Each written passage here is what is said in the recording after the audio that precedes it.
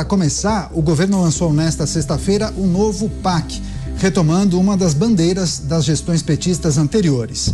O programa atual prevê 60 bilhões de reais em investimentos federais por ano até 2024, totalizando uma monta de 240 bilhões de reais. Lançado originalmente em 2007, no segundo mandato de Lula, o PAC teve uma segunda versão mais turbinada no governo de Dilma Rousseff a partir de 2011. Atualmente, porém, existem mais de 5 mil obras sem conclusão, todas justamente herdadas dos PACs 1 e 2. Destas, 2.688 estão paradas. Além do orçamento da União, o novo PAC vai contar com recursos das estatais, financiamentos dos bancos públicos e do setor privado por meio de concessões e parcerias público-privadas. Há uma expectativa de que o volume total de investimento chegue a 1,7 trilhão de reais.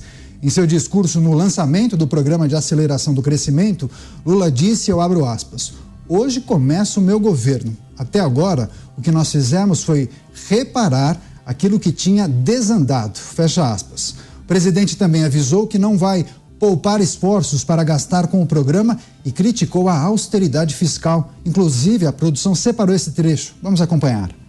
Assumimos um compromisso moral nesse novo PAC de retomar a construção de milhares de obras, não deixar mais que a falta de gestão ou a austeridade fiscal, quase obsessiva, interrompa pela metade os anseios mais justos da nossa população. E o vice-presidente Geraldo Alckmin também falou no evento e fez questão de rasgar elogios a Lula. Acompanhe. O presidente Lula tem liderança e experiência e o povo confia. Mudou o Brasil. Estamos muito felizes, presidente Lula. O senhor está sendo rigorosamente fiel ao que disse na campanha. Desenvolvimento inclusivo, com justiça social. Desenvolvimento com estabilidade, previsibilidade, sem tirar coisa do colete. Lançamento do novo PAC pelo governo federal com toda a pompa por Lula e seus auxiliares. Tiago Pavinato, seja bem-vindo, uma ótima noite a você, Pavi. Chegamos à sexta-feira, é importante lembrar à nossa audiência que o percentual de execuções dos PACs 1 e 2 foi baixo. Qual será o segredo para fazer diferente dessa vez? Então ele vai fazer diferente dessa vez? Essa é a grande pergunta, Caniato. Pavi, infelizmente eu vou ter que interromper. Tivemos um problema com a sua câmera. Com a sua câmera. O Pavinato estava falando, vocês escutaram o Pavinato, mas ficou a minha imagem somente em on, aparecendo. Mas a gente vai colocar uma outra. Vê se vocês conseguem colocar o Pavinato na câmera do Beraldo.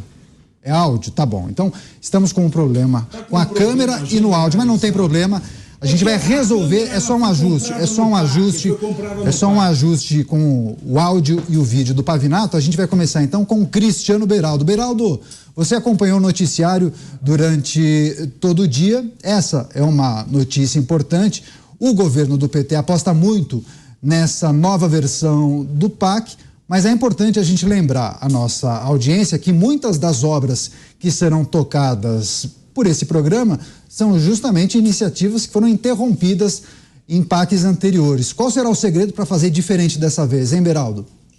Neto, é impossível a gente esperar alguma coisa de diferente, né? Boa noite, Pavinato, boa noite, Mota, Zé Maria, toda a nossa audiência, nosso querido Daniel Caniato, que apresenta de forma tão brilhante os pingos nos is.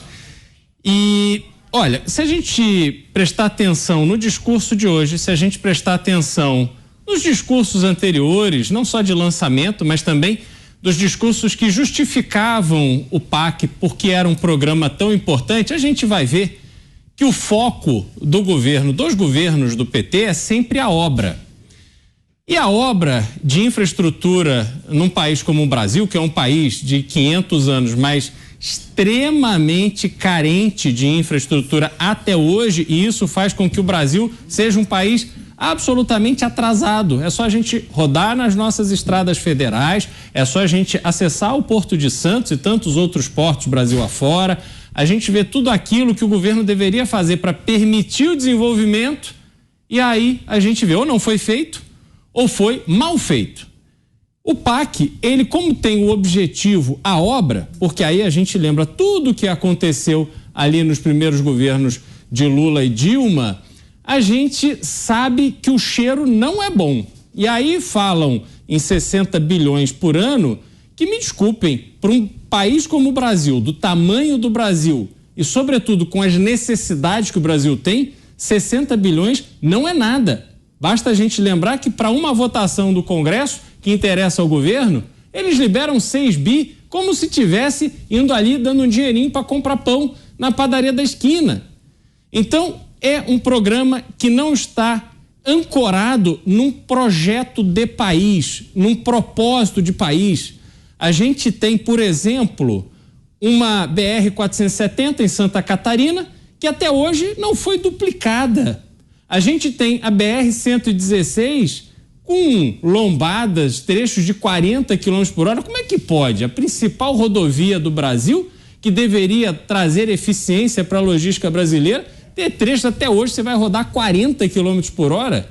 Então o custo disso, o aumento, o impacto ambiental, porque você tem os caminhões rodando por muito mais tempo do que o necessário. Enfim, nossa infraestrutura é vergonhosa e não será esse PAC que irá resolver os problemas que precisamos resolver. A gente olha aí cidades que estão uma ao lado da outra, muitas vezes cortada por um rio, por um pedaço de mar. Aí tem o esquema da balsa. Você não pode tirar balsa, porque tem ali os vereadores, tem o prefeito, todo mundo gosta da balsa, porque a balsa faz o dinheiro rodar e não constrói um túnel, não constrói um viaduto, uma ponte para conectar duas comunidades que estão ali lado a lado. Para você poder cruzar, às vezes é o dentista, é o mercado, é uma farmácia, tem que pagar 5, 9, 10 reais. O Brasil é o Brasil do absurdo. E não vai ser esse PAC 3 que vai resolver.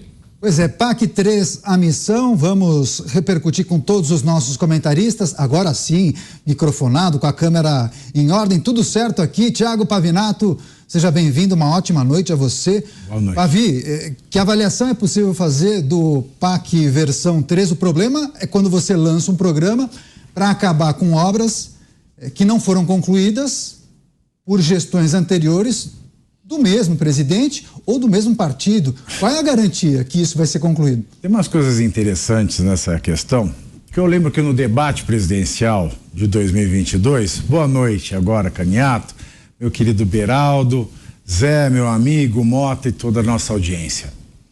Tem uma questão que eu percebi já no debate do segundo turno, é que quando o Bolsonaro ele terminou as obras do Rio São Francisco e falou isso em debate, eu lembro de um Lula muito alterado, bastante revoltado com o candidato Jair Bolsonaro, porque ele disse: não, quem fez essa obra foi o PT, nós fizemos 80% da obra, quase que 80% da obra.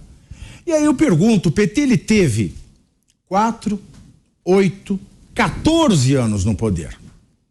14 anos no poder e o PT não foi capaz de concluir uma obra tão importante para o povo nordestino quanto a questão da transposição do Rio São Francisco. E ele ainda teve a ousadia de dizer: não, você não fez nada, quem fez isso foi o PT. O PT fez quase 80%. Se em 14 anos o PT não foi capaz de terminar a obra de um rio, como é que eu vou pensar que o PT ele pode ser competente para cuidar de todos os rios do Brasil? O que eu quero dizer é, tudo que o PT começou, ele não terminou. E o que o Beraldo disse é muito ilustrativo. O que importa para o PT é a obra em curso, é o gasto, é estar contratando alguma construtora, alguma operadora de serviço e não o término da obra, e não a finalidade para qual uma obra serve. Quando a gente olha no Brasil, em que o primeiro PAC foi aquele PAC que não terminou tudo o que ele prometia, e através desse PAC e de um título de mãe do PAC, Lula conseguiu eleger Dilma Rousseff, e dali nós tivemos o PAC 2. Mesmo sem terminar o PAC 1, tivemos o PAC 2. E mesmo com o PAC 1 e PAC 2 empacados, nós temos agora um PAC 3. Eu pergunto, que aceleração do crescimento é essa? Crescimento de quem? Crescimento das contas públicas? Crescimento de lucros de empreiteiras? Crescimento de contratos públicos? Porque é muito engraçado eu assistir a um PAC 3. Da mesma maneira, eu pego o Poderoso Chefão 1, 2 e 3. Imagine se eu não termino o 1, começo a assistir o 2 e sem terminar de assistir o 1 e o 2 eu quero entender o 3. Portanto, senhores, é impossível que eu entenda qualquer coisa de um PAC 3 se eu não terminei o 1 e o 2. É simples dessa maneira. Aí eu me pergunto de novo, coisas que eu disse aqui ontem, porque ontem eu falei da história do dedo mindinho do presidente Lula. Em 2002, no Jô Soares, ele contou a história do torno mecânico, que ele prendeu o dedo e perdeu o dedo ali. No dia 2 de agosto, ele foi fazer um evento com pescadores e neste evento com pescadores ele disse que perdeu o dedo catando caranguejo. Esse discurso foi reproduzido na íntegra no site www.gov.br. E nesse discurso transcrito na íntegra, em que ele muda a narrativa da perda do seu dedo mindinho, não se diz ali que o presidente Lula brincou, o presidente Lula fez uma piada. Também ninguém do Palácio do Planalto se preocupou em dizer à população que aquela fala do presidente Lula foi uma brincadeira. E eu acho que, ultimamente, a questão da brincadeira está tomando muito espaço da presidência da República, que é um cargo muito sério, porque num país onde as pessoas morrem, não tem segurança, passam fome, não tem emprego, não tem água e esgoto e não tem dignidade, a presidência é algo muito sério para que se perca tempo com brincadeiras. Mas nesse discurso, pode ser que Lula tenha brincado com a questão de papo de pescador. Foi uma piada que ninguém riu. Mas logo na sequência dessa piada, ele lança dados sobre a pesca no Brasil e lança propostas sobre o que ele vai fazer em prol da pesca no Brasil. E como ninguém riu dessa piada no evento que teve, repito, o discurso reproduzido no site oficial do governo federal. Ele lança dados e eu pergunto, como é que eu separo realidade de brincadeira? Como é que eu separo um dado falso de um dado mentiroso? Como é que eu separo o que dá para aproveitar do discurso do presidente daquilo que eu posso descartar? Logo, uma vez que eu tive um PAC 1 não terminado, a ousadia de se fazer um PAC 2 sem terminar um PAC 1 e ainda deixar obras inacabadas num PAC 2, o que é que eu posso entender do PAC 3, já que na semana passada o presidente fez troça com a própria perda do dedo mindinho, sem dizer que é piada, sem que ninguém risse e sem que ninguém viesse à tona para explicar o presidente estava brincando com a questão de conversa de pescador.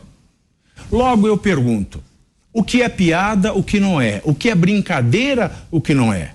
Porque o discurso do vice-presidente Geraldo Alckmin, quando fala do PAC 3, olhando nos olhos do presidente Luiz Inácio Lula da Silva sentado ao lado da ex-presidente empichada Dilma Rousseff, tecendo loas, falando maravilhas do presidente Luiz Inácio Lula da Silva.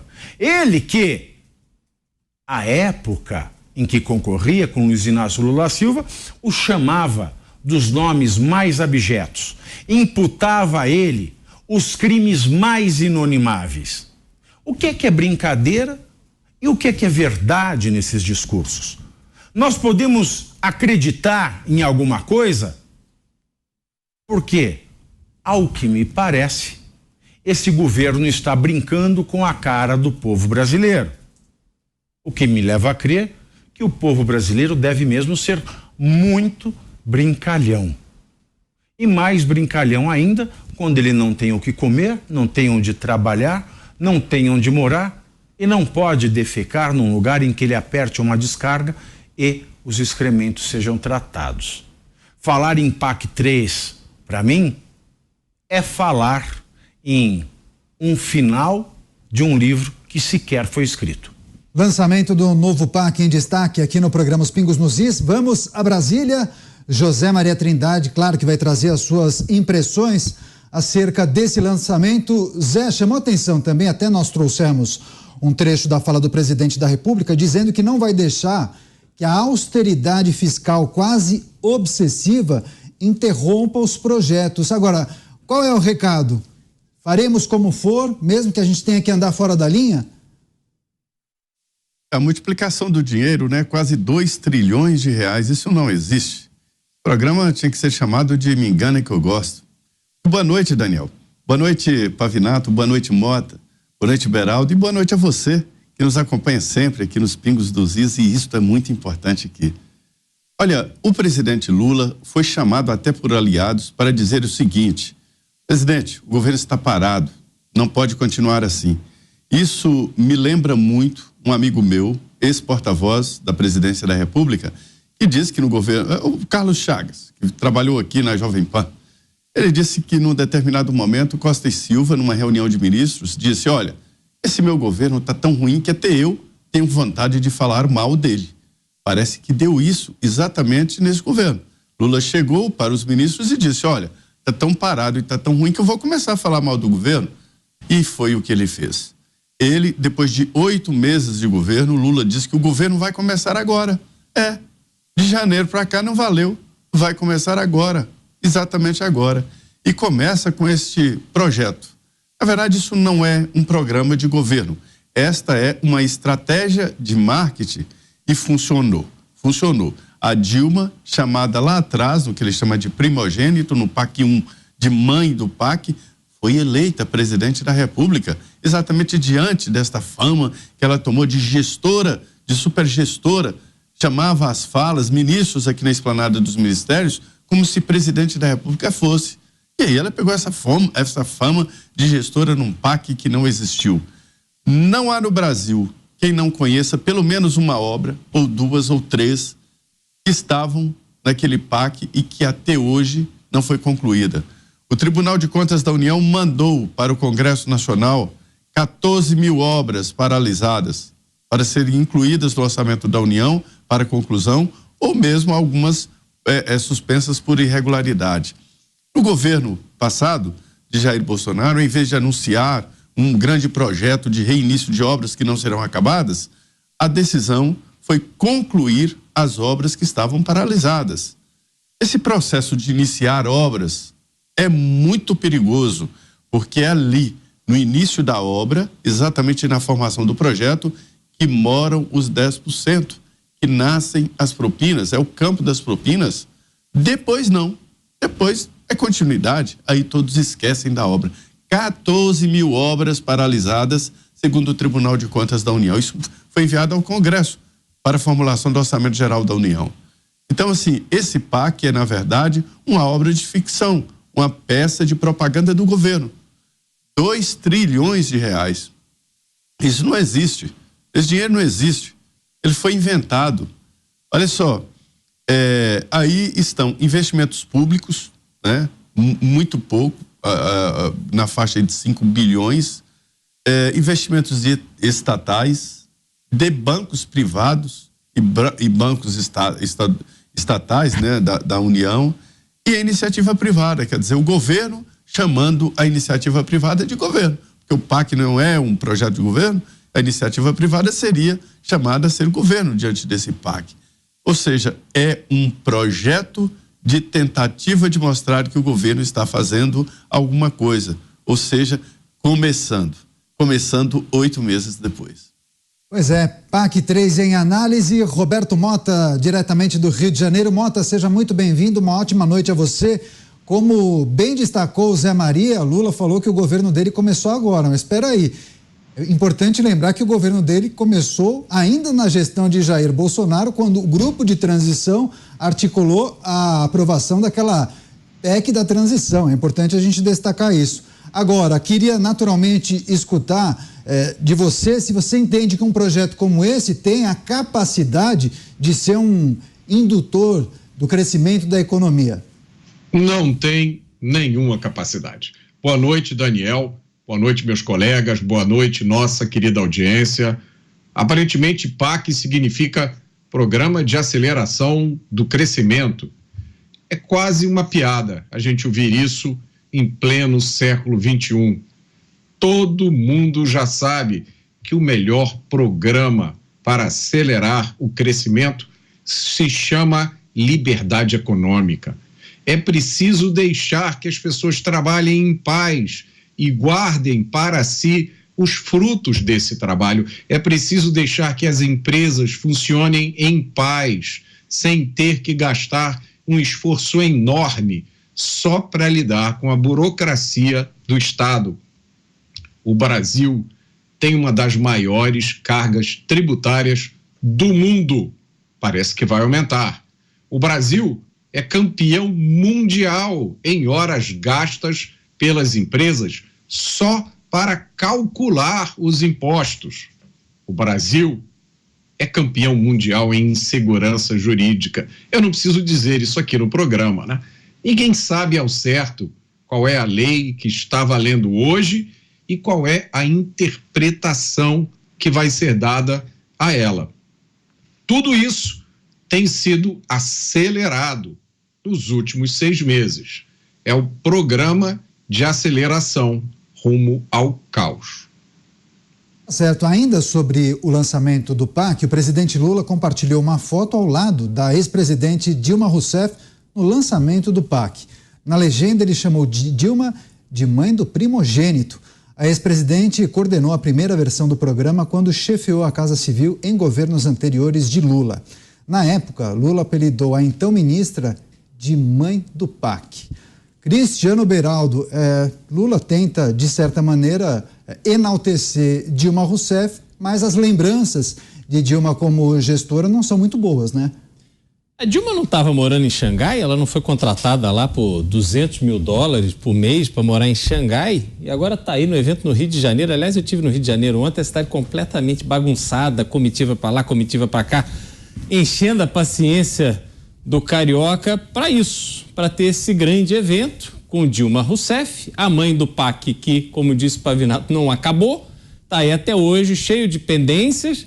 A partir daquelas obras do PAC, parte delas, tivemos uma investigação que demonstrou tudo o que acontecia ali com dinheiro público, e aí a gente vê hoje o mesmo método, o mesmo modelo sendo retomado. O governo falou, e aí o Cid Gomes, o senador Cid Gomes, ele deu lá os números, como é que esse PAC ia chegar a R$1 trilhão, porque a Petrobras ia colocar 350, aí tinha mais 250, aquelas contas assim que vai fazendo, é bilhão daqui, bilhão dali, e aí dava R$1 trilhão nesse governo Lula. E a gente se pergunta, para fazer o quê?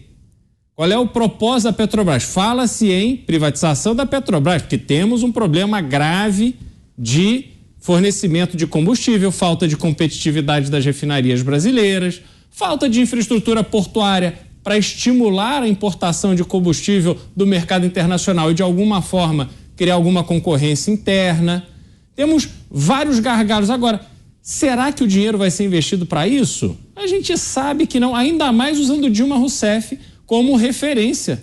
A nossa pedaladora, né, geral, que recebeu um prêmio agora de morar com todas as despesas pagas, morar na China com um salário maravilhoso, muito acima do que qualquer função aqui no Brasil, e temos que aguentar essa cena. Caniato, eu realmente fico sem palavras para ver Dilma Rousseff, para ouvir discurso do Geraldo Alckmin enaltecendo da forma que fez o brilhantismo do Lula, que está cumprindo tudo aquilo que ele prometeu. Quer dizer, o Alckmin, ele entrou no clube da mentira de uma forma assim tão convicta que a gente fica impressionado. Pavinato, eu tô assim, eu não sei o que fazer. Pois é, inclusive tem uma mensagem aqui, Pavinato, do Gilmar, que diz o seguinte: programas muito grandiosos, com farta distribuição de dinheiro e muitos processos de licitação, são um prato cheio para desvios e corrupção. Não. Aí, naturalmente, a gente tem ele está enganado, isso não acontece. Como o Lula vai ter que administrar essa situação, já que administrações antigas do PT não foram as mais, digamos, probas, né? Bom, como é que Lula vai administrar? Da melhor maneira possível. Afinal de contas, ele é o Lula, o homem da providência. Ele é o Lula, o homem que não erra, o homem que sabe o que é melhor. O pai tá on, não falava na campanha, o pai tá on, o pai tá on.